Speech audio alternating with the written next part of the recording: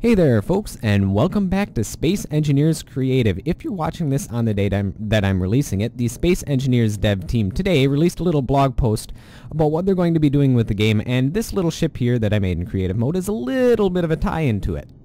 So, what they said they're going to do is they're going to be creating, hopefully in the near future, an exploration mode with endlessly procedurally generated maps, with procedurally generated asteroids, so on and so forth. And another thing that they're going to be doing is you can also have ships spawn in, kind of like they do right now, cargo ships. Also, there's going to be wreckages, stations, and all that cool stuff.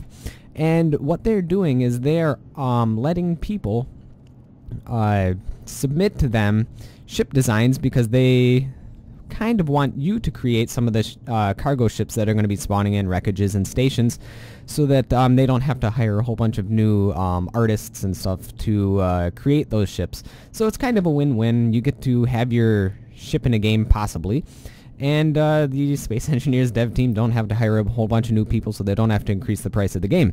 So that's what this is. This ship right here is just, I'm sure they're probably not going to use it because it's probably a pretty crappy design.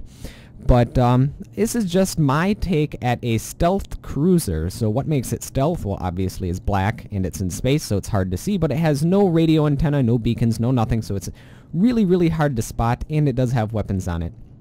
So I think this is a really, really cool thing that the dev team is doing with Space Engineers, because it really needs some adventure and fun right now, because right now you're pretty much just stuck in your, 12 asteroids that you get, and you can venture out further, but there's absolutely nothing out there, because all these little asteroids are just a skybox painted on the background of the game, so they're not actually asteroids.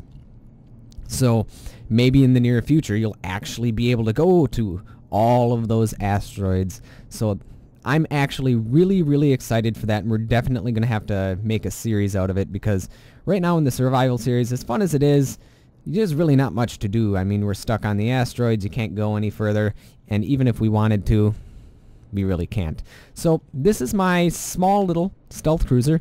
One of the things that the dev team said is that if you're going to be submitting the designs, they cannot have mods in them, and they have to be relatively small, so they're not so resource intensive for people that might not have fantastic computers.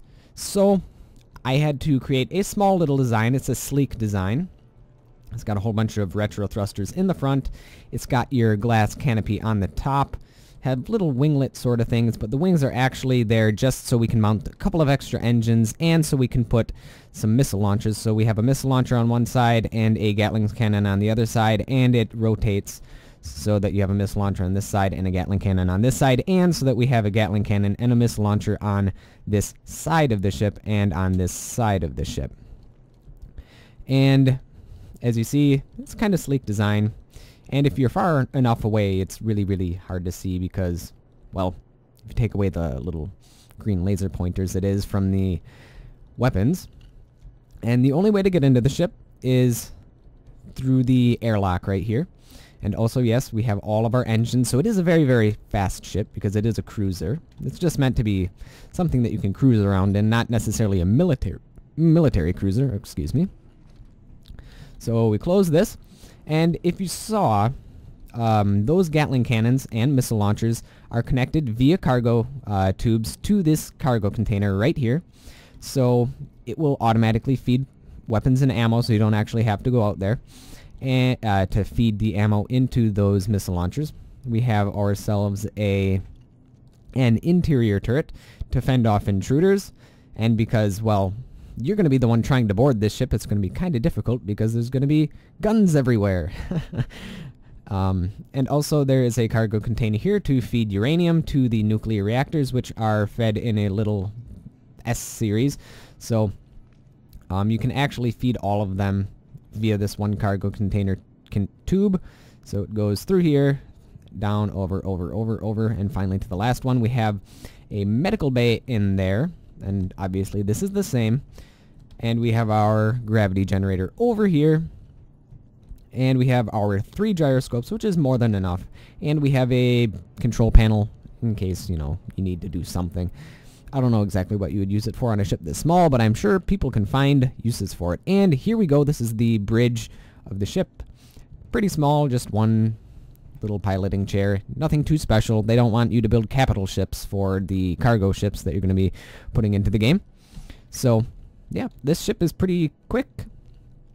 And it doesn't use up all of its power even when it's turning at full thrust, which is nice because it can still take damage and still have full power.